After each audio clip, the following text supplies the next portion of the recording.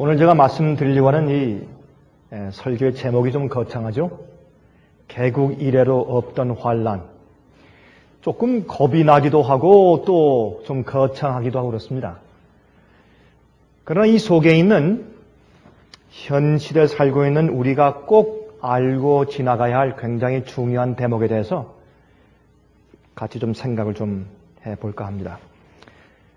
여러분, 우리는 그 시대마다 주어진 현대 기별에 귀를 기울이고 또 하나님께서 그 시대마다 꼭 이해하고 지나가야 할 아주 중요한 그런 대목의 말씀들을 우리가 반드시 알아야 할 것입니다. 그것을 영어로 present truth, 현대 기별이라고 이렇게 현대 진리라고 말을 하지 않습니까? present truth. 제가 몇 주 전에 제가 한 미국 목사님과 함께 대화를 하고 있다가 제가 이제 그런 얘기를 했습니다. 우리 한국 교회에 대해서 이제 이야기를 하면서 그분이 현재 그 합회에서 일하는 굉장히 높은 지위에 계신 분이기 때문에 제가 그분과 대화를 하다가 우리 한국 교회의 실정들에 대해서 이야기를 하면서 그래도 우리 한국 교회는 좀 conservative, 그래도 서양 교회보다, 특별히 미국 교회보다 우리 교회가 그래도 한국인들은 좀 보수적인 것 같습니다. conservative. 그랬더니 그분 얘기가 가만히 좀 있더니 제가 알기로는 한국 교회가 conservative 한 것보다 traditional, 전통적인 것 같다. 보수적인 것과 전통적인 것은 좀 다르지 않습니까? 그렇게 얘기를 저한테 했기 때문에 저도 좀 생각을 했습니다. 생각을 하다가 당신 말이 맞습니다. 제가 이렇게 답변을 했습니다. conservative가 아니고 traditional. 그건 뭐냐면 이 보수적인 성향이 있다라고 하는 것은 뭐냐면 이 진리의 말씀, 원래 원형, 그 orthodox, 그 정통에 붙어서 그 타협하지 아니하고 자유주의적인 세월이 흐르면서 사람들의 환경과 자기들의 이해에 따라서 점점 인간적으로, 인본적으로 그걸 뜯어 고치거나 아니면 타협해서 편리하게 만들어 나가는 경향보다 원래 진리나 정통이 주어진 그것에 집착하여서 아니면 그것을 포기하지 않으려고 보수적으로 애쓰고 있는 입장이 보수주의겠죠. 그러나 트래디셔널은 뭐냐면 원래 주어진 참된 진리나 원래 정통적인 말씀에서 교회가 조직이나 교회나 아니면 인간적인 사회나 제도가 우리 인간들의 환경에 아니면 우리의 이해 방식에 맞추기 위해서 뜯어 고친 그 상태를 가지고 유지하고 있을지라도 어떤 조직이나 시스템이나 인간 사회나 조직이나 그룹이 그렇게 계속 전통적으로 유지해 오고 있기 때문에 그 전통성을 붙들고서 계속 나아가는 것을 우리가 트래디셔널, 전통주의라고 말할 수가 있겠습니다. 제가 설명이 잘 되는지 모르겠습니다. 나는 우리가 그렇게 비슷하게 설명을 해도 아마 그렇게 틀리지 않을 것 같습니다. 많은 경우에 우리가 보수주의인 것보다 트래디셔널, 전통주의적입니다.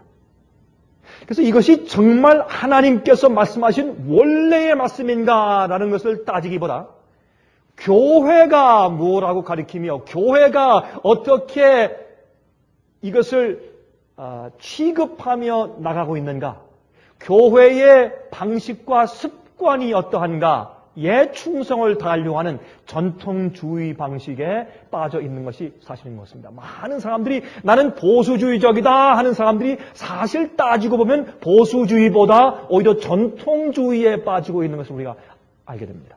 특별히 그 대표적인 예가 옛날 유대교회였습니다.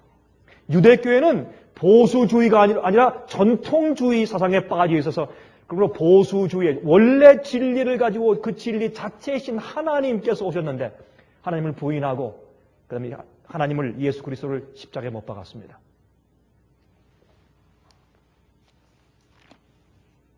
여러분 우리가 사실은 각 시대마다 하나님께서 주시는 진리들이 있습니다.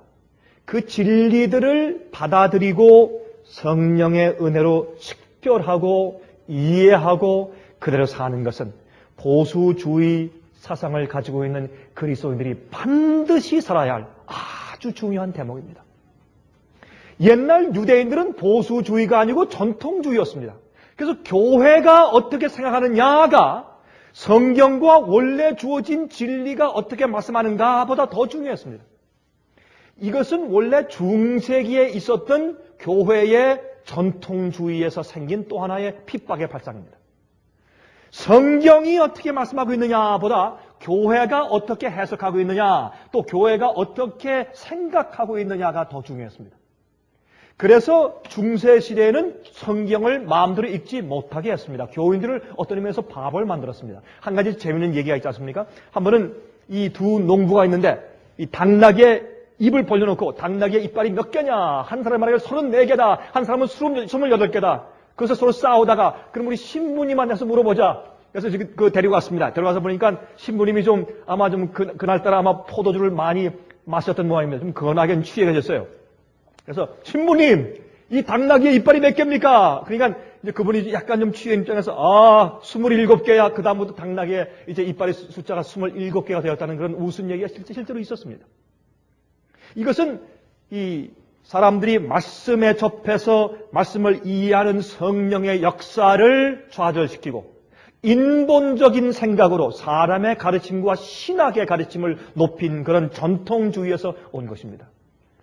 여러분, 그 당시에 유대인들은 말이죠, 메시아의 오심에 대해서, 초림에 대해서 성경이 분명히 말씀하고 이사야 53장에 예수께서 오셔서 고난당하시고 우리 대신 채찍에 맞으심으로 우리가 나음을 받고 우리 대신 십자가에 돌아가심으로 우리가 구원을 받는 그 놀라운 예언을 그들이 제쳐놓고, 사실은 예수께서 이 땅에 두 번째 영광으로 재림하시는 것을 강조하면서 그들의 생활이 너무나 억울하니까, 너무나 가난하니까 그 압제에서, 로마의 압제에서 구속받을 것을 기리다가 오히려 성경에 있는 예수님의 초림의 예언을 재림의 예언과 뒤바꾸어 놓은 그런 전통주의에 빠져서 예수님을 십자가에 못 박았습니다.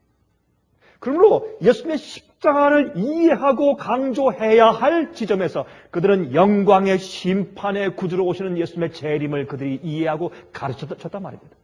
지금 교회는 전통적인 사상으로 어떻게 빠져있느냐면 예수님께서 영광의 구름을 타고 심판주로 오시는 재림을 위해서 준비해야 하는 입장에 오히려 예수님의 옛날 행하신 십자가의 은혜만 강조하는 뒤바꿔진 전통주의의 교회가 빠져있는 것입니다.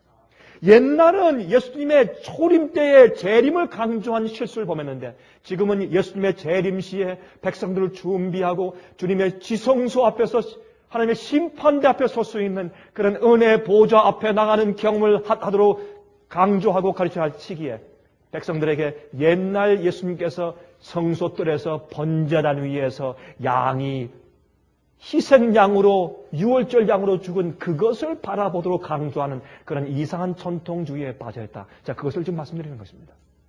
그러면 우리는 지금 현대 기별을 이해해야 합니다. 노아 홍수 당시에 현대 기별이 있었습니다. 그 당시에는 사람들은 아주 오늘 해가 뜨고 또 지고 다음 날도 해가 뜨고 질 것이고 어제도 그러했고 똑같이 비가 없어도 이슬을 통해서 안개를 통해서 농작물이 잘 자라서 너무나 아름답고, 여러분 에덴 동산에서 쫓겨난 지가 얼마 안 됐기 때문에 정말 세상이 아름다웠습니다. 죄의 흔적이 별로 아직 보이지 않은 때였습니다.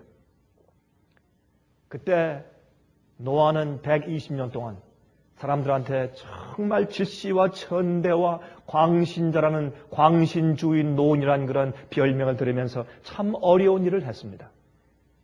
이제 곧 오는 하나님의 심판과 홍수에 대해서 전했습니다. 그것은 어려운 일이었습니다. 사람들이 귀에 듣기에 성가신 일이었습니다. 일반적으로 인기가 없고 좋아하지 않는 기별이었습니다. 그러나 그 일을 한 것이 그 당시에 현대 기별이었습니다.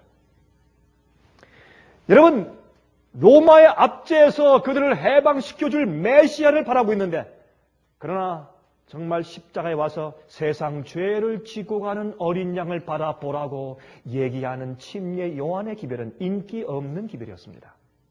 또 한 가지 침례 요한이 와서 회개하고 정말 침례를 받으라는 그런 기별은 사실은 인기 있는 기별이 아니었습니다. 그래서 그는 현대 기별을 전하다가 목 잘려 죽임을 당했습니다. 예레미야는 현대 기별을 드렸습니다. 애굽을 의지하지 말고 바벨론과 화친하라 했습니다.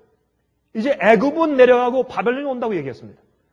이제 이 유대 땅이 망한다고 얘기했습니다. 그 기별은 그 당시 현대 기별이었습니다. 그것은 전하기에 어려운 기별이었습니다. 이사야도 현대 기별을 전하다가 목 잘려 이제 이 몸을 톱으로 켜서 죽임을 당했습니다. 엘리야는 물론 그 당시에 엄청나게 교회를 책망하는 현대 기별을 전하다가 전통주의에 빠진 교회에게 큰 핍박을 받았습니다. 여러분, 오늘날 이 시대 우리가 이 마지막 시대를 살고 있는 그리스도인으로서 꼭 알아야 될 것은 뭐냐면 앞으로 오는 환난에 대한 것이고 환난에 어떻게 설까 하는 준비에 대한 것입니다.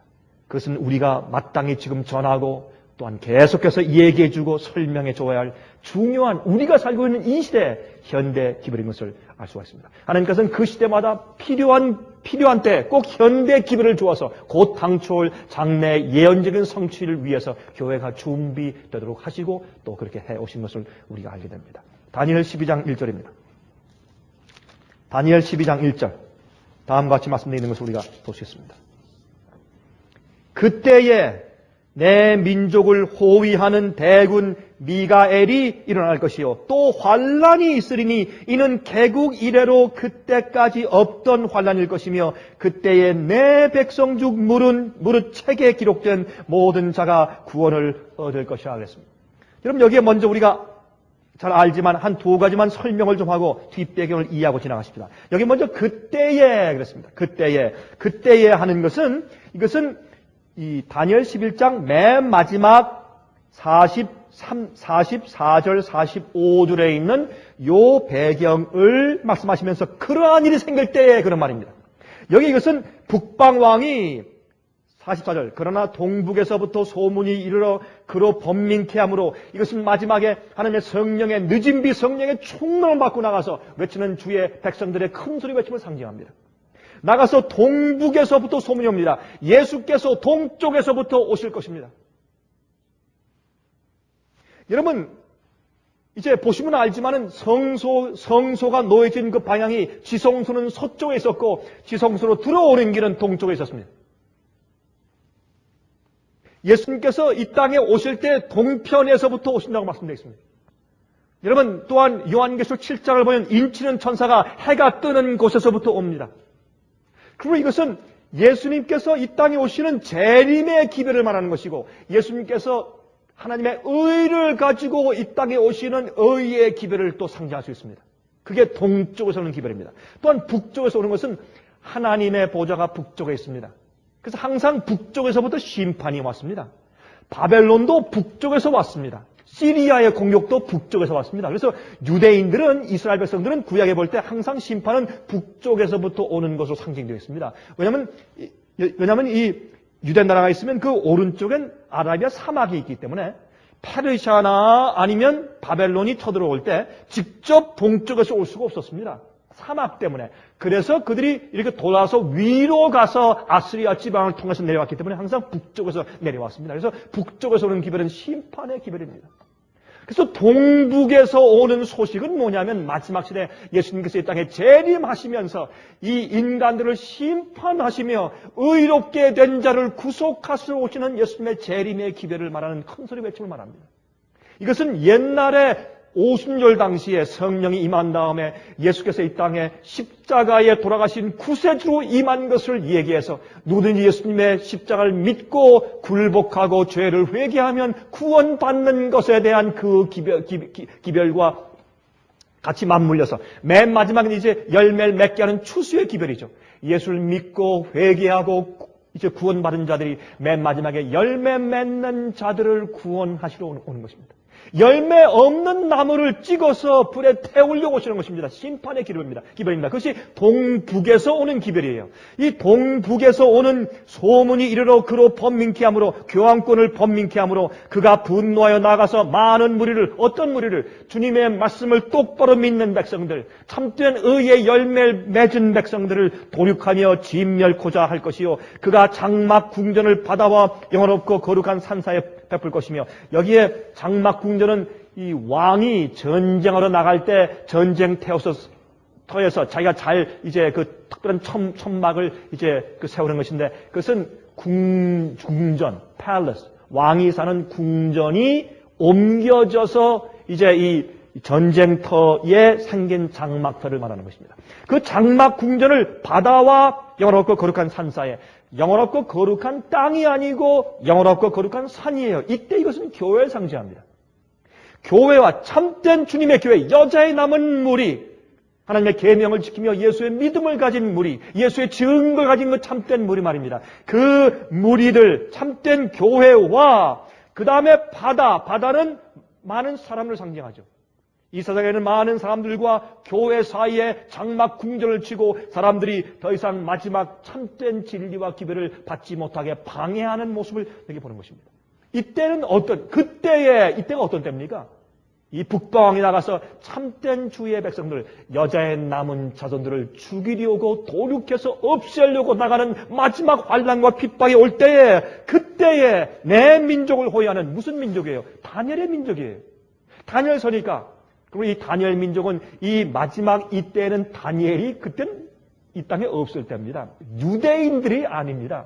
이것은 다니엘과 똑같은 진리를 가지고 다니엘과 똑같이 계시의 말씀을 존중하고 하나님과 올바른 의로운 관계에 있는 영적인 이스라엘 백성들을 상징합니다.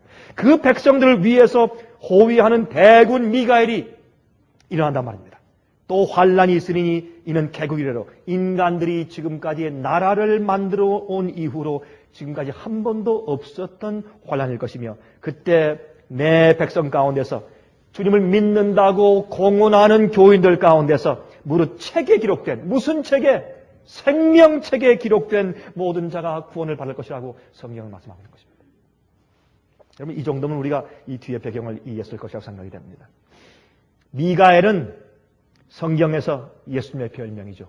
요한계시록 12장 7절에 말씀하기를 하늘에 전쟁이 있으니 미가엘과 그의 사자들이 용으로 더불어 싸울세. 그래서 천사들을 데리고 마귀와 전쟁하시는 예수님을 가리킬 때 성경은 미가엘 그랬습니다. 죽었던 모세의 시체를 부활에 데려가실 때, 마귀를 꾸짖으실 때 예수님의 별명이 미가엘이었습니다. 미가엘의 뜻은 누가 하나님과 같으냐 그런 뜻이에요. 누가 하나님과 전쟁을 하겠느냐 그런 뜻입니다. 그럼 얼마나 예수님께 걸맞는 그런 별명이 되겠습니까? 영어로 우리가 가끔 우리 아들들의 이름을 마이클이라고 짓죠. 이름을 마이크. 사실 마이클이 히브리 말로 미가엘입니다. 그거 참 조심스러운 이름입니다. 사실 마이클 하는 것은 말이죠. 앞으로 오는 환란은 말이죠, 과거에 있어 본 적이 없는 최대의 것이 될 것입니다. 여러분, 상식적으로 우리 다 아는 얘기 아닙니까? 상식적으로. 그렇죠? 그럴 수밖에 없죠. 왜요? 그 스케일이 세계적이에요. 그렇지 않습니까? 옛날에 중세기의 환란은 유럽에 국한되어 있었습니다. 그러나 앞으로는 환란은 전 세계적이에요. 어떤 사람도 피할 수가 없어요. 어느 무인도나 어떤 섬이나 어떤 산속에서도 피할 수가 없습니다. 오늘날 세상에 있는, 여러분, 이 밤에 아주 깜깜한 산 위에 쥐가 지나가는 것도 볼 수 있을 정도의 무기와 그런 기구를 가지고 있는 헬리콥터를 우리가 어떻게 피할 수 있겠습니까? 앞으로는 환란은 전 세계적이기 때문에 이것은 개국 이래로 없던 환란일 것이면 틀림이 없습니다. 상식적으로. 또 이 세상은 지금 일일 생활권 안에 들어와 있습니다. 왜요? 교통과 통신의 발달 때문에. 숨을 데가 없습니다. 얼마나 빠른지 하루만이면 이 세상 끝에서 저 세상 끝까지 갑니다. 하루 만에. 일일 생활권 가운데 들어있습니다. 많은 나라가 우리가 여기서 떠나서 어떻게 해요? 비행기 안에서 말이죠. 비행기 안에 있는 전화기로 다 얘기하고 식사하고 내려서 거기서 회의한 다음에 다시 또 와서 집에서 저녁을 먹을 수 있는 그런 세상이 일일 생활권 속에 들어있는 그때가 바로 지금입니다. 그렇기 때문에 앞으로는 환란은 훨씬 더 세계적이고 스케일이 크고 또한 클 것입니다. 또 잔인해질 대로 잔인해진 인간성들 보십시오. 얼마나 잔인한지요. 여러분 요즘에 말이죠. 옛날엔 그래도 씨름, 복싱, 무슨 뭐 레슬링. 요즘엔 이제 그게 통하지가 않아요. 이제 뭡니까? K1. 이게 뭐예요? 레슬링, 복싱, 발차기, 태권도 전부 다 포함된 것을 해야 사람들 속이 시원해요. 요즘엔 그거보다 또 더해요 좀. 점점 사람들이 때려서 죽이고 피가 나는 것을 보면서 좋아하는 것입니다. 여러분 예수님께서 이 땅에 이 로마 시대에 이 땅에 오신 이유가 있습니다. 로마 시대의 인류는 이 인간이 이런 과학적인 이런 어떤 컴퓨터나 TV, 무기 같은 이런 비행기 같은 과학적인 발달이 없을 때 그런 문화 속에서 인간의 인간성이 가장 악랄하게 발달되었을 때가 로마 시대입니다. 사람들을 이 나무에 묶어놓고 불로 태워서 화형식을 시키면서 그 불빛에 의해서 그들이 춤추고 노래하면서 포도주를 들이킨 것이 로마인들의 삶이었습니다. 그렇게 악랄한 인간의 본성을 그대로 받고 예수님도 유전법칙으로 그것을 받고 영향을 받고 태어나셔서 이 땅에서 우리처럼 시험을 받으시고 사시면서 성령이 충만함으로 전혀 죄를 짓지 않는 아름다운 의의 성품의 모습을 보이신 것입니다. 그래서 그렇습니다. 그래서 아무도 핑계하지 못하는 그런 시대에 오셔서 살아보신 다음에 예수님께서 우리를 어떻게 도와주실지를 아는 것입니다. 그것이 중보자고 그렇기 때문에 예수님을 성경은 대제사장이라고 설명하는 것입니다. 그래서 우리 주님이십니다. 구세주는 예수님께서 우리의 구세주이신 것은 우리의 과거에 지은 죄에서 용서해서 구하실 뿐만 아니라 오늘 내가 갈등하고 오늘 내가 싸우고 있는 그 죄의 현재의 문제와 힘에서 나를 보호해서 그 죄를 짓지 않게 구원할 수 있다는 것이 구세주가 아닙니까? 그게 주님이십니다. 오늘날 이 잔인해질 대로 잔인해진 인간성들을 보십시오. 여러분 컴퓨터 게임을 보십시오. 비디오 게임을 보십시오. 얼마나 악랄한 시대에 우리가 살고 있는지. 특별히 젊은 사람들에게 말이죠. 또한 이 악랄해진 핍박과 증오의 방법들, 다른 사람들한테 고통을 가하기 위해서 그 핍박하고 고문하는 그 악랄한 방법들의 극치들. 여러분 이런 것만 보아도 참 엄청납니다. 이런 것만 보아도 여러분 개국 이래로 과거에 있었던 환란보다 앞으로는 환란이 훨씬 더 클 것입니다. 감히 상상도 못할 것입니다. 그래서 성경은 말하기를 개국 이래로 없던 환란이 올 것이다. 그때 우리가 우리 힘으로 절대로 살아남을 수가 없으니까 미가엘 되신 예수님께서 우리를 구원하시기 위해서 일어나신다고요. 이 땅에 우리 곁에 오셔서 우리를 보호하신다고 성경은 말씀하고 있다고 말입니다. 자, 이제 그만큼 우리가 이제 얘기를 하고 그러면 이 속에 있는 다니엘 12장 1절에는 환란, 개국 이래로 없던 환란이 온다. 이 환란이 도대체 무엇을 말하는 것입니까? 어떤 종류의 환란을 지금 말하는 것일까요? 여러분 이 환란이라는 단어는 원래 이제 개국 이래로 없던 환란 그랬는데 이 환란이라고 쓴 이 환란, 이 trouble, the time of trouble. 그렇죠? 이 환란의 시기 환란이라는 단어는 원래 이 히브리 말로 육신적인 고난보다는 정신적인 고뇌 아니면 정신적인 괴롭힘을 당하는 의미가 더 많이 포함되어 있는 단어입니다. 다시 말해서 우리가 무슨 육신적으로 배고파서 목말라서 또 무슨 재난이 임하기 때문에 몸이 힘들어서 말이죠. 고통스러워서 그런 것보다는 오히려 우리 정신적인 고뇌와 정신적으로 괴롭힘을 많이 당하기 때문에 받는 환란이라는 뜻이 그 속에 더 많이 포함되어 있는 단어라 그런 뜻입니다. 여러분 우리 그것을 알기 위해서 같은 단어를 쓴 한 성경절을 보시면 이해가 더 빠르실 것입니다. 예레미야 30장 6절과 7절을 보시면 다음과 같이 말씀되어 있어요. 예레미야서 30장 6절과 7절입니다. 한번 찾아보십시오. 예레미야서 30장 6절과 7절입니다. 이렇게 말씀되어 있습니다. 너희는 자식을 해산하는 남자가 있는가 물어보라. 벌써 시작부터 좀 심상치 않죠? 여러분 아이를 낳기 위해서 해산하는 고통을 하면서 막 소리 지르는 말이죠. 그런 그 남자를 본 적이 있느냐? 이렇게 시작을 해요. 전 그런 얘기를 들었습니다. 어떤 한 부인이 이제 아이를 낳다가 너무 아프니까 그만 그 옆에 있는 남편을 갖다 막 꼬집더래요. 당신 잘못이요. 당신 잘못이라고 꼬집더래요. 우리 그만큼 이 해산하는 고통이 아프다고 우리가 사람들이 얘기하지 않습니까? 참 남자는 이해할 수 없는 참 큰 고통이 있습니다. 근데 이 성경이 말하기를 너희는 자식을 해산하는 남자가 있는가 물어보라. 남자마다 해산하는 여인같이 손으로 각기 허리를 짚고 그 얼굴빛이 창백하여 보이면 어찌미뇨. 슬프다 그날이여. 비할 데 없이 크니 이는 무슨 때가? 야곱의 환난의 때가 되미로다. 많은 그가 이에서 구하여 내물 얻으리라 그랬습니다. 여기 주님의 참 백성들을 얘기하면서 마지막에 그들이 당할 야곱의 환난의 때를 여기 말씀하실 때 이 환난이 바로 똑같은 다니엘 12장 1절의 환난의 단어입니다. 여러분 여기 있는 것은 정말 창백해지는 놀라운 그런 괴로움의 그런 이제 이 정신적인 고뇌의 시간인 것을 성경은 말씀하고 있습니다.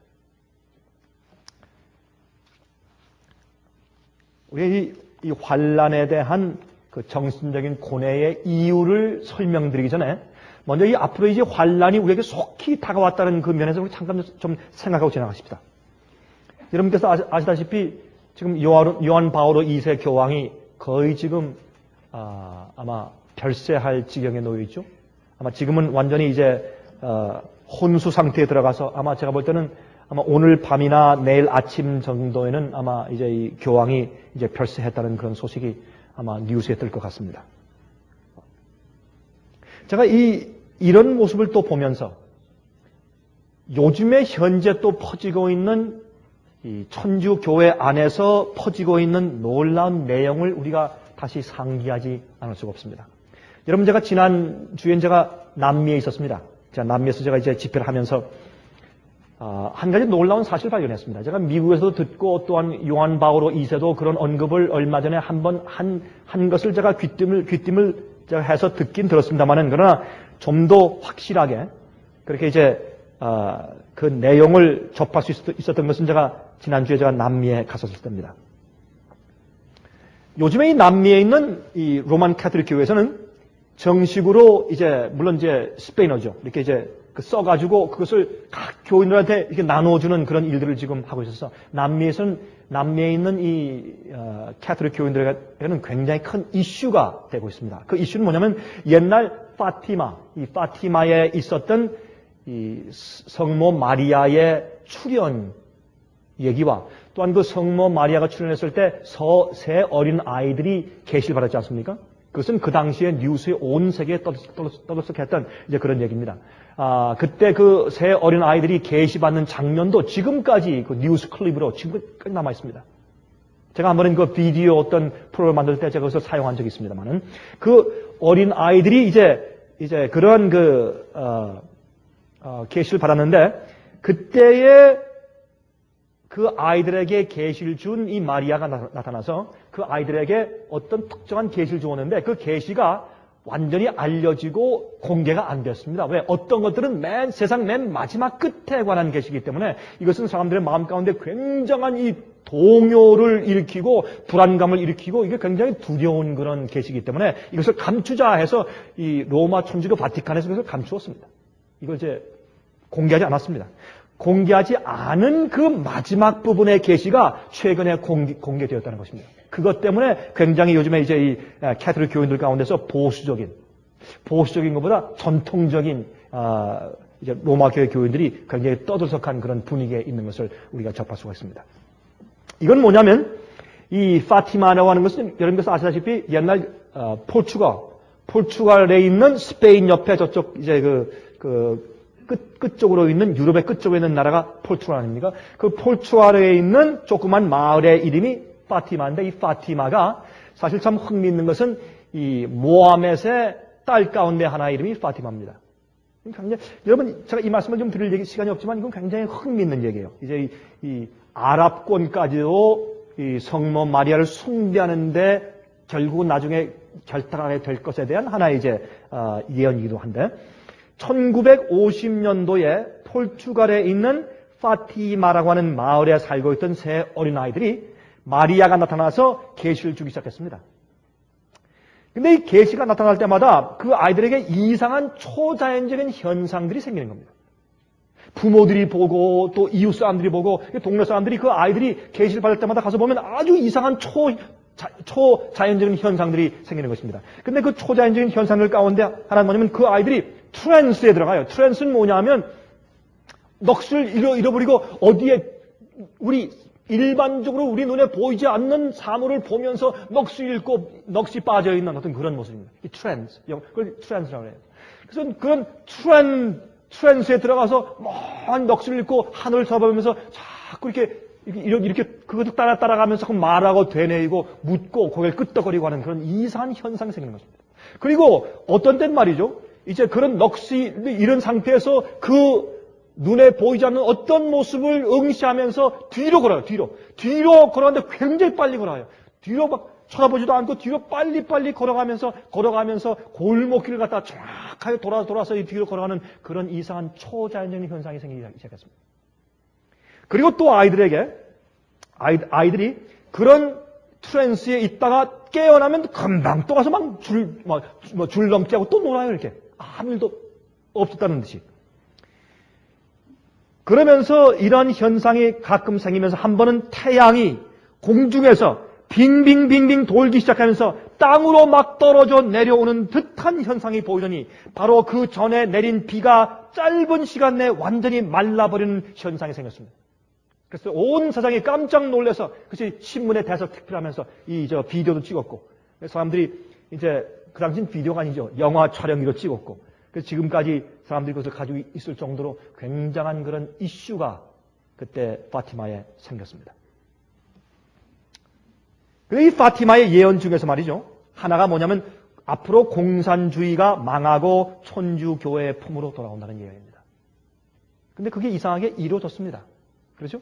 근데 물론 여러분 마귀도 성경을 압니까 모릅니까? 성경을 압니다. 성경을 알아요. 1950년도 정도에 그때 이미 1947년도, 1948년도 정도에 이미 이제 이 공산주의가 무너지는 다니엘 11장 마지막에 대한 예언에 대해서 알고 있는 사람들이 책을 펴는 적이 있어요, 이미. 마귀도 아는 겁니다. 예언을, 성령 예언을. 그리고 또 그는 또 초자연적인 그런 존재이기 때문에 자기가 어떤 일들을 매니플레이트하고 조작해서 그런 사건을 만들 수 있는 어느 정도의 능력을 가지고 있는 것이 마귀가 아닙니까? 그래서 마귀의 예언이 이루어진다. 그럼 이상하게 생각할 필요 없습니다. 그건 당연한 것입니다. 마귀가 어떤 일들을 조작하고 그렇게 예언 성취할 수 있도록 할 수가 있다고 말입니다. 그러므로 이 파티마의 예언 가운데 하나가 공산주의가 망해서 천주교의 마리아의 품으로 돌아올 것이라는 예언이 성취되었습니다. 또 엄청난 천연재해가 앞으로 증가할 것이다. 이건 뭐 성경에 다 있는 것이니까 누구나 다 이해할 수 있는 것이죠. 그게 이제 성취되었습니다. 또 도덕의 심각한 타락에 대해서 얘기했습니다. 그것은 이미 다 성경에 있는 얘기니까 성취되었습니다. 마귀도 성경을 압니다. 또 자기 때가 얼마 안 된 것을 아는 것입니다. 그런데 이 파티마에서 나타난 마리아의 계시와 또 현재 천주교회 안에서 계시를 받고 있는 약 2,000명 정도가 되는 현재 그 사람들에게서 나타나는 마리아의 계시의 공통적인 말이 무엇인가? 하나님의 계명을 지키라는 것입니다. 참 곡할 노릇입니다. 누가 할 얘기를 그들이 다 하고 있어요. 이게 무엇입니까? 이게 기만입니다. 여러분, 하나님의 계명을 지키라는 얘기가 상당히 막연한 얘기입니다. 그 안에 주님의 뜻대로 성경과 진리대로 어떻게 해야 될 것은 말하지 않습니다. 그냥 하나님의 계명을 지키라. 도덕이 너무 타락했다. 그 말은 누가 못합니까? 그래서 앞으로 이렇게 알고 있는 사람들이 앞으로 마지막에 정말 바벨론에서 나오라고 하는 주님의 성령의 참된 음성이 들릴 때 많은 사람들이 마음을 닫을 것입니다. 마귀가 그렇게 사람들을 지금 미혹해 놓고 있는 것을 여러분께서 눈으로 보셔야 할 것입니다. 여러분, 이게 무슨 때입니까? 개국 이래로 없던 환란의 때가 올 시기라 그런 뜻입니다.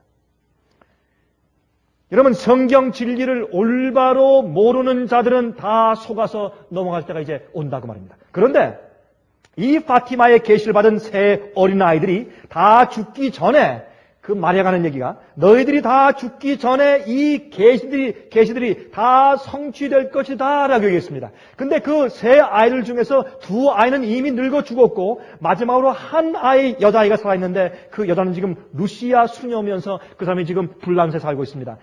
이 루시아 수녀의 현재 나이가 91세입니다. 근데 이 파티마에 나타나서 계시를 준 이 마리아의 계시의 마지막 부분의 계시를 읽은 그 당시에 있었던 피우스 12세 교황이 그 계시를 읽고 나서 그냥 손을 떨리면서 그걸 손에서 떨어뜨렸다고 해요. 너무 두려워서 떨면서 그 종이를 손에서 떨어뜨렸대요. 그러면서 하는 얘기가 이것은 감추라, 이것은 말하지 말라. 이 세상을 너무 요란스럽게 하고 사람들을 두렵게 할 것이니까 이거 공개하지 말라고 감춰버렸습니다.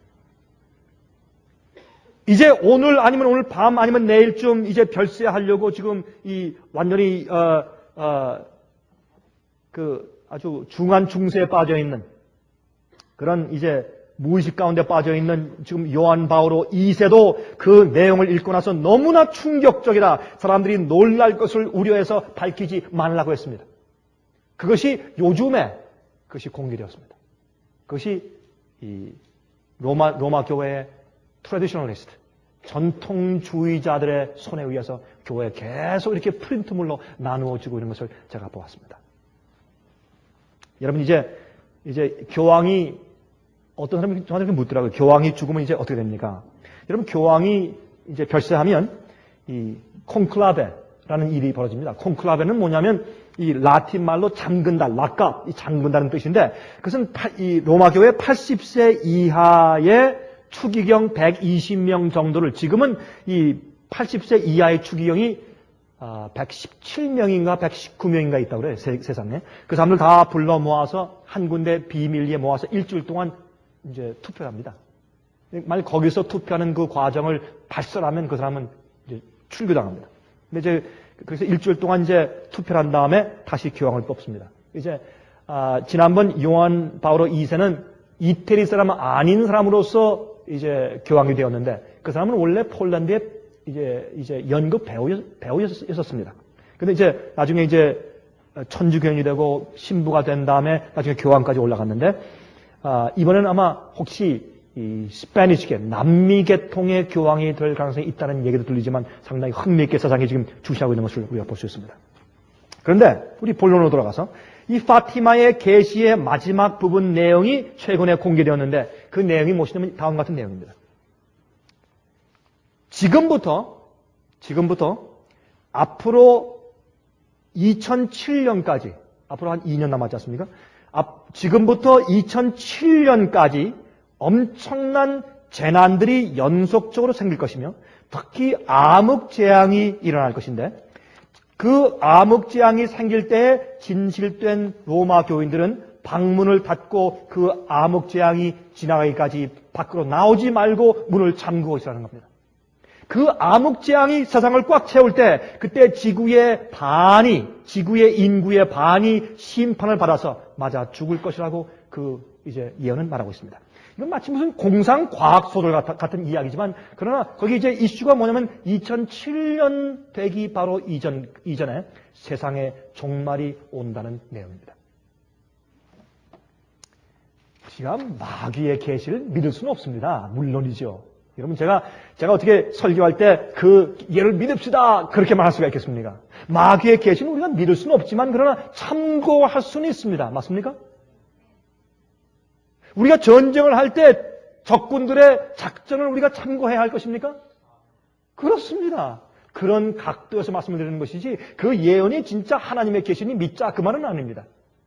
그러나 그 파티마의 계시의 맨 마지막 부분이 이 교황들이 이것을 닫아라, 지금 말하지 말라라고 감출 수밖에 없었던 내용이 바로 이것이었다는 것이 요즘에 발표되었다는 것을 말씀드리는 것뿐입니다. 우리가 이 계시를 믿을 수는 없지만 참고할 수 있는 이유는 그 계시들 가운데 여러 가지들이 이미 성취되었기 때문입니다. 왜냐하면 마귀도 초자연적인 존재이므로 어느 정도까지는 사건들의 조작이 가능하고 또 마귀도 자기의 때가 얼마 남지 않은 줄로 알고 있기 때문에 그렇습니다. 여러분, 한 2,000명 정도 되는 지금 수시로 마리아의 계시의 현실을 보고 있는 사람들 얘기 들어도 아주 비슷한 얘기를 계속하고 있는 것을 우리가 이제 보게 됩니다. 여러분, 암흑재앙과 심판 때 다른 사람들 말 듣지 말고 집에 들어가서 문을 닫고서 기다리라, 그런 말들은 앞으로 말이죠. 앞으로 오를 믿는 자들을 거짓으로 인치기 위한 마귀의 수단이에요. 이제 앞으로 어떻게 해요? 그때에 동북에서 오는 소문이 올 것을 마귀가 아는 것입니다. 이제 곧 어떻게 성령의 큰 역사, 잘못된 진리와 오류에 빠진 사람들을 불러내는 진짜 영원한 복음이 참으로 전파될 때가 올 것을 마귀가 미리 보는 것입니다. 이제 오는 것을 아는 것입니다. 이제 또 하나님께서 참된 진리로 백성들을 불러내어서 구원할 그 역사, 큰 소리 외침이 올 것을 마귀가 미리 보는 것입니다. 그래서 어떻게 이제 곧 이제 암흑재앙이 온다. 그때 너희는 방 속에 들어가서 문을 닫고 아무 말도 듣지 말고 귀를 가리고 거기 있으라. 그 시간이 지나갈 때까지. 이렇게 해서 마지막 바벨론에서 나오라는 참 성령의 큰 소리 외침에 귀를 기울이지 못하도록 미리 교육시키고 있는 마귀의 역사를 우리가 분명히 보아야 할 것입니다. 자, 우리가 이런 입장에서 그러면 우리가 개국 이래로 없던 환난, 이게 도대체 무엇 때문에 우리에게 환난을 줄 것인가? 이 환난이 언제 어떻게 올 것인가? 그거 알 수 있는 사람이 있으면 좋게요.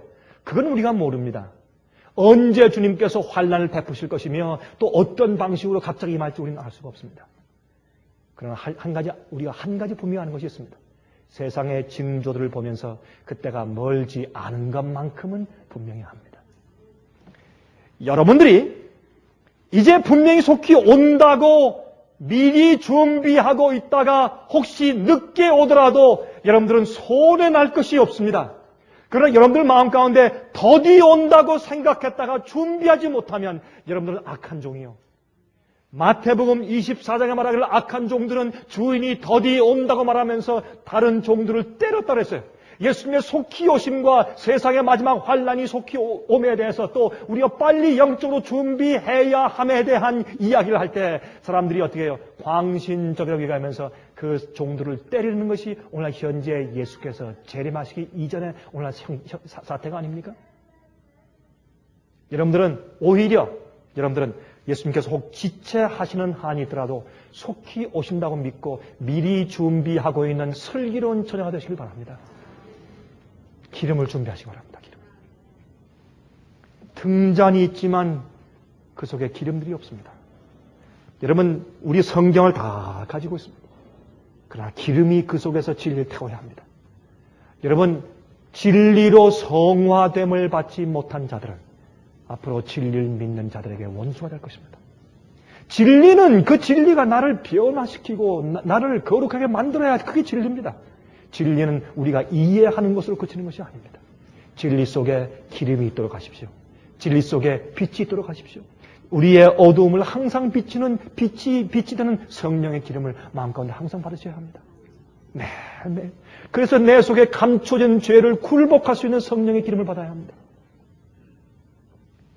그러면 여러분, 정신적인 고뇌가 오는 이유가 무엇입니까? 첫 번째, 왜 개국 이래로 없던 그 환난은 오히려 정신적인 고뇌인데, 그러면 정신적인 이런 고뇌가 오는 이유가 무엇이겠습니까? 두 가지입니다. 첫 번째, 핍박의 크기와 그 형편 때문에. 핍박이 이렇게 큰 핍박과 형편이 올 것 사람들이 감히 상상을 못했어요. 그래서 사람들이 큰 마음 가운데 정신적인 고뇌를 받는 것입니다. 본인과 가족들의 생명에 대한 위협을 받습니다. 괴롭고 외롭고 처절한 입장에 처하게 되는 것입니다. 그들이 깜짝 놀랍니다. 그들이 과거에 이런 경험을 당해본 적이 있기 때문에 그들이 이것을 이길 도리가 없습니다. 감당할 도리가 없습니다. 그래서 그들은 정신적인 고뇌 가운데 빠지면서 하나님께서 혹시 나와 내 가정을 버리셨는가 하는 오해에 빠질 정도로 엄청난 환난 가운데 그들이 들어가게 되는 것입니다. 그래서 그들이 사실은 큰 고뇌 가운데 들어가게 됩니다. 이때는 하나님께서 당신의 백성들의 성도들의 인내를 보여지게 허용하시는 시기입니다. 이때 이들은 자기들 생명의 위협이 있을지라도, 어떤 일이 생기고 어떤 불이익을 당할지라도, 어떤 일이 있을지라도 절대로 진리대로 설 것이고 나를 부인하지 않을 자들이다 라는 것을 증명해서 보여주시는 시기입니다. 이것은 어려운 시기입니다. 하나님께서 좋아서 이것을 허용하시는 것은 아닙니다. 그러나 마귀의 고소와 이 세상의 이 죄의 역사가 끝나기 전에 한 번은 반드시 주님께서 이러한 증인을 통해서 보여주시고 나서 끝내야 할 일입니다. 한 번은 당해야 될 일입니다. 이런 일이 있어야 하늘의 법정에서 이 사건이 끝나는 것입니다. 주님께서 그 일을 행하실 것입니다. 진리를 모르는 자들에게 오류에서 구원해 내는 일을 하시기 위해서 그런 고통 가운데 심지어 순교당해서 죽는 일이 있더라도 그들이 끝까지 진리를 위해서 서는 자들의 그 헌신을 보면서 많은 사람 가운데 드디어 마음이 깨어지고 마음 가운데 감동을 받고 그들이 이거 도대체 저 사람들이 믿는 것이 무엇인가 진리를 알아보고 싶은 마음이 생기는 것입니다. 여러분 옛날엔 말이죠. 어떤 사람들은 말이죠. 옛날 중세기에 성만찬 예식할 때 이것은 상징이요 실제가 아닙니다. 미산 잘못되었습니다. 그거 하나만 위해서 주장하다가 그는 순교당해 죽었어요. 어떤 사람들은 성경 예언 하나 때문에, 어떤 사람들은 계명을 지키는 것 때문에, 어떤 사람들은 말이죠 예배드리는 방식 때문에, 어떤 사람들은 신부의 제도를 부인하다가 그 몇 가지, 어떤 사람들은 한 가지, 두 가지 진리를 그들이 고수하다가 그들은 생명을 바쳤어요. 어떤 사람들은 높은 절벽에서 뜨림을 당해서 떨어져서 창자가 터져서 죽었어요. 왜요? 그 하나의 진리를 고수하고 잘못된 진리를 가지고 있는 오류에 있는 사람들을 깨닫게 하고 그들을 거기서 건져내기 위해서 하나님께서 당신의 백성들과 성도를 희생시켰습니다. 이런 똑같은 일들이 앞으로 다시 생길 것입니다. 여러분 이런 일들을 위해서 하나님께서 핍박의 크기와 형편을 허락하실 때 그때의 성도들이 이 정신적인 고뇌에 빠지게 될 것입니다. 그러나 성경을 말하기를 그들은 앞으로 반드시 성공하고 그들은 승리할 것이라고 말씀하고 있습니다. 예수님께서 죽음을 승리하시고 십자가의 고통을 승리하시고 겟세마네 동산의 고뇌를 승리하시고 십자가를 지고 가시는 것을 승리하시고 괴로움을 승리하시고 외로움을 승리하시고 핍박을 승리하시고 이런 모든 것들 승리하신 것처럼 우리도 앞으로 승리할 것입니다. 그것은 확실한 것입니다. 두 번째, 정신적인 고뇌의 환난의 이유 두 번째, 자기의 죄에 대한 마지막 씨름입니다. 자기의 죄에 대한 마지막 씨름이에요. 여러분 스가랴서 3장 1절부터 10절까지 있는 말씀 보시면 여러분 이번에 우리가 월간지에서 살아남는 이들 월간지에서 스가랴서 3장에는 그 계시를 우리 다뤘지 않습니까? 그 계시에 대한 내용은 사실은 마지막 시대에 있는 백성들이 환난을 통과하기 전후로 해서 그들이 갖는 영적인 씨름을 말하는 것이에요. 그들이 죄를 어떻게 도말받는가 하는 과정을 그린 것입니다. 참 아름다운 계시예요. 여러분들은 우리가 많은 경우에 구약 성경 가운데 있는 내용들 가운데서 마지막 시대에 대한 우리에게 적용되는 많은 말씀들을 보는 것입니다. 특별히 말라기 4장 같은 것은 우리 시대에 있는 말씀 아니에요? 그렇잖아요? 스가랴서에 있는 많은 말씀들이 우리 시대에 대한 말씀들이에요. 에스겔서 36장, 예레미야 31장 우리 시대에 대한 말씀들이에요. 이사야 2장 우리 시대에 대한 얘기예요. 미가 5장 우리 시대에 대한 얘기들이에요. 많이 구약성경 가운데서 마지막 시대를 말하는 말씀들이 얼마나 많이 기록되어 있는지 모르겠습니다. 여러분 이 스가랴서 3장을 읽으면 마귀의 고소가 있습니다.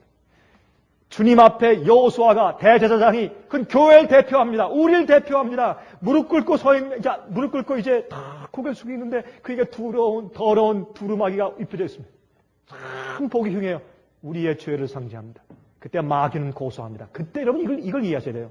마귀는 형제를 고소하는 자고 또 마귀는 어떤 자라 그랬습니까?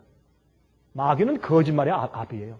그러나 지금 이 여호수아를 교회의 죄를 고소하고 있는 마귀는 거짓말하고 있는 것이 아니요. 맞습니다. 마귀의 고소가 옳아요. 왜? 우리가 그런 죄를 지었기 때문에 올바른 고소를 하고 있습니다. 그때 예수님께서 어떻게 합니까? 마귀는 그들의 과거의 죄들을 너무 잘 알기 때문에 낱낱이 지적하면서 이들이 구원받을 수 없습니다. 이들이 구원받으면 우리도 다시 하늘에 들어가야 합니다. 이렇게 고소하고 있을 때 참 난감한 것입니다. 그때 예수께서 말씀하기를 이들이 불에 타다 남은 나무 조각 같지 않느냐. 다시 말해서 내가 그들을 지금까지 이렇게 고소하고 괴롭혔으면 됐지 또 무엇을 더 하려고 하느냐? 그런 말이에요. 불에 타다 남은 나무 조각 같다냐. 주님께서는 죄를 많이 지은 당신의 백성들을 불쌍히 여기세요. 근데 불쌍히 여기는데 어떤 입장에서? 옷을 새롭게 입힘을 받기 위해서 기다리는 교회예요.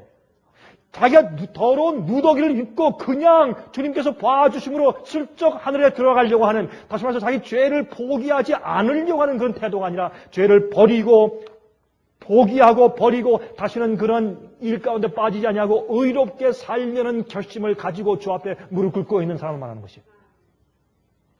그런데 이렇게 쓸모없는 나무, 불에 타다가 남은 조각 같은 그 나무를 보시면서 주님께서 말씀하기를 마귀의 고소를 중지시키면서 주님께서 내가 내 백성들 위해서 마지막 역사를 아직 끝나지 않았다고 말씀하세요. 아직 끝나지 않았다. 좀 기다려라. 내가 이 교회와 함께 교회를 아직 끝내지 않았다.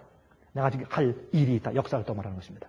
아직 주님의 중보 사업이 끝나지 않은 것입니다. 언제까지? 주님께서 그들에게 새 깨끗한 의의 두루마리 옷을 입혀주신 다음에 주님의 계명을 지키고 주님의 도를 준행하며 율례를 지키는 교회와 백성을 만들 때까지 주님의 중보가 아직 끝나지 않은 것입니다.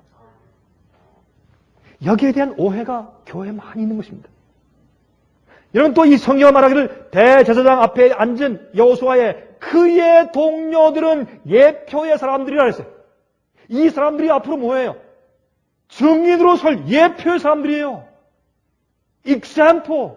증인들로 모범으로 보여줄 사람들이라고 이렇게 성경을 말씀하고 있어요. 또 내가 땅의 죄악을 하루 동안 제할 것이라 그랬어요. 이런 것을 읽어보세요. 스가랴서 3장 1절부터 10절까지. 내가 땅의 죄악을 하루 동안 제할 것이라.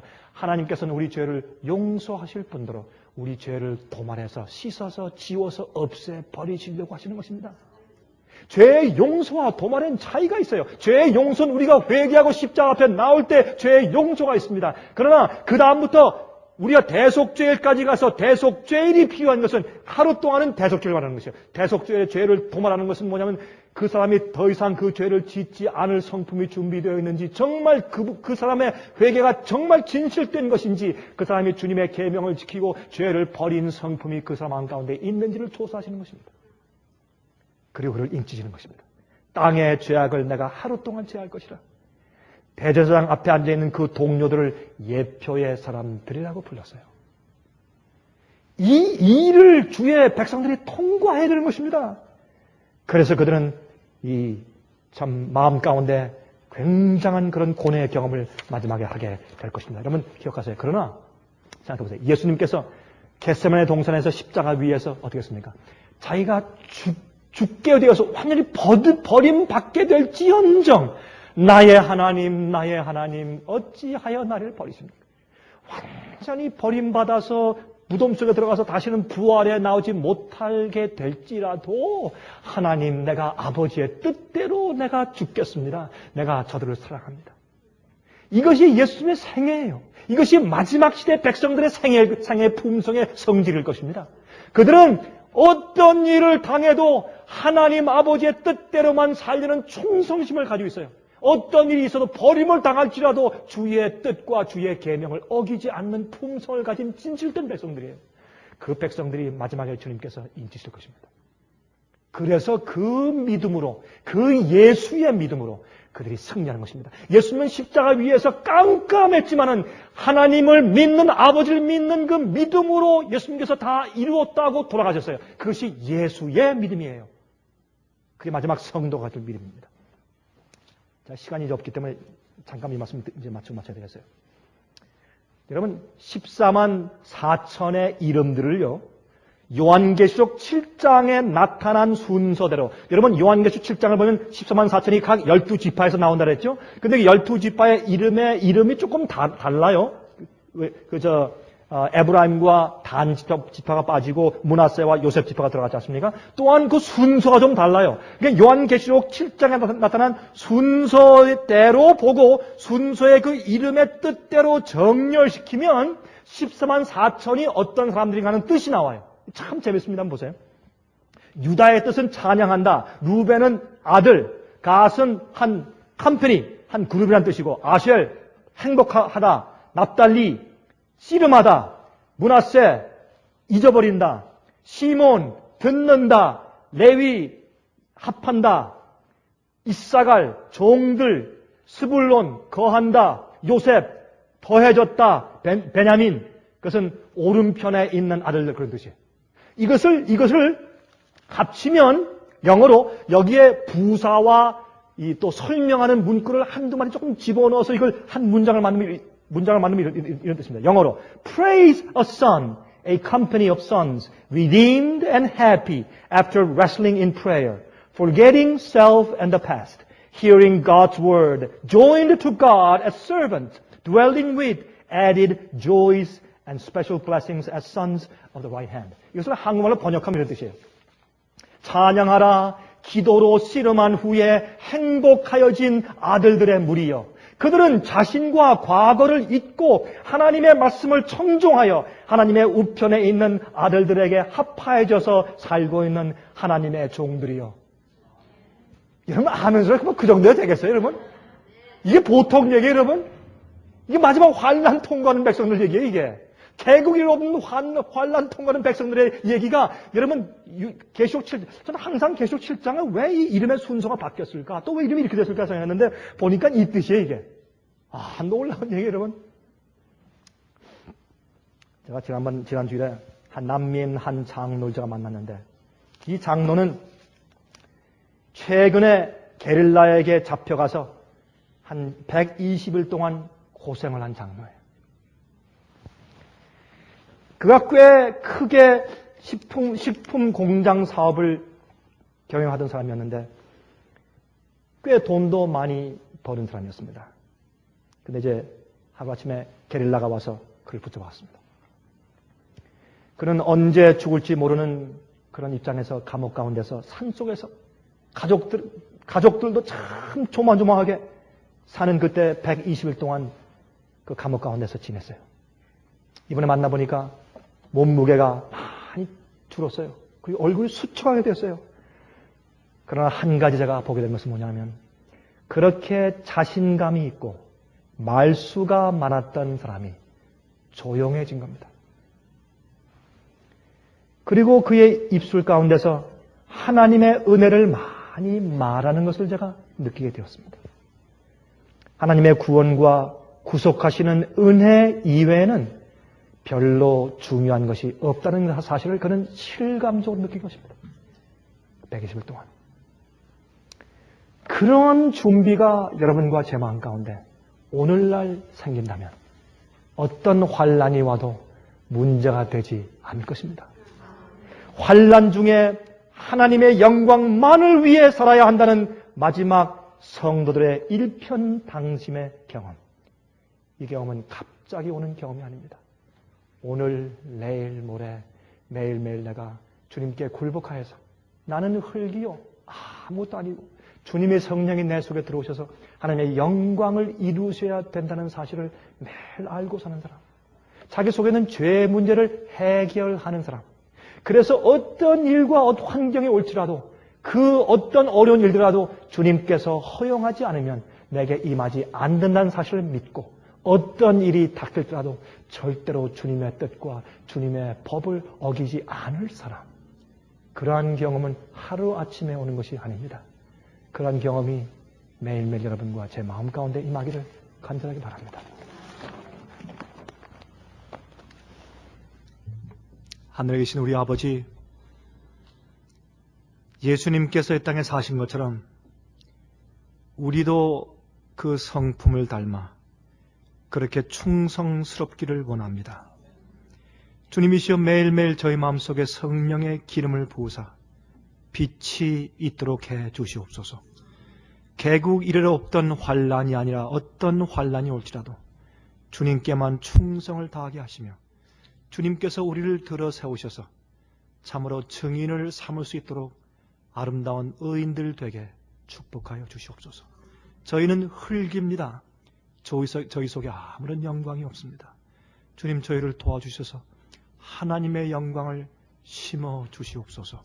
예수 그리스도의 거룩하신 이름만 의지하여서 간절하게 기도합니다. 아멘.